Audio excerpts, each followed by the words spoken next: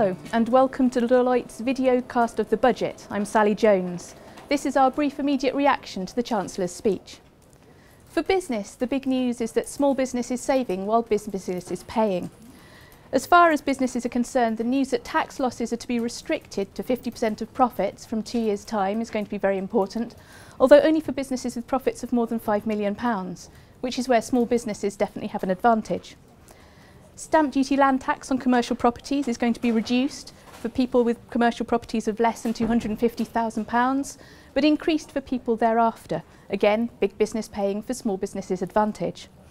And in terms of business rates, the news that the exemption is going to be increased from £6,000 to £15,000 and the higher rate threshold is going to be increased from £18,000 to £51,000 is all very important. On the personal tax front then, the personal allowance is going to be increased to £11,000 from April of this year and then to £11,500 from April 2017.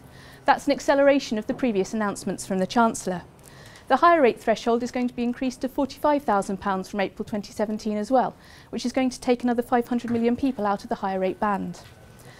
The really interesting news though is on ISAs or ISAs, where there's going to be a new lifetime ISA that will allow young people who are under 40 from April 2017 to save for their entire lifetimes for pensions or first-time properties. On the CGT front, the rates are going to be decreased from 28% to 20% for higher rate taxpayers and down to 10% for basic rate taxpayers. On employment tax, a swing measures were announced, aiming, it seems, to treat less payments as outside of employment tax if they're to do with earnings.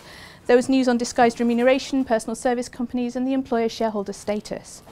Finally, for indirect taxes, online platform providers are going to become jointly and severally liable for VAT on payments, but there's also going to be a sugar levy on soft drinks, specifically aimed at improving the health of children. Sugar drink manufacturers will have 2 years to reform their act or pay the levy, which is going to raise an estimated £520 million by the time it comes in. Those are our immediate reactions. Look out for more videocasts.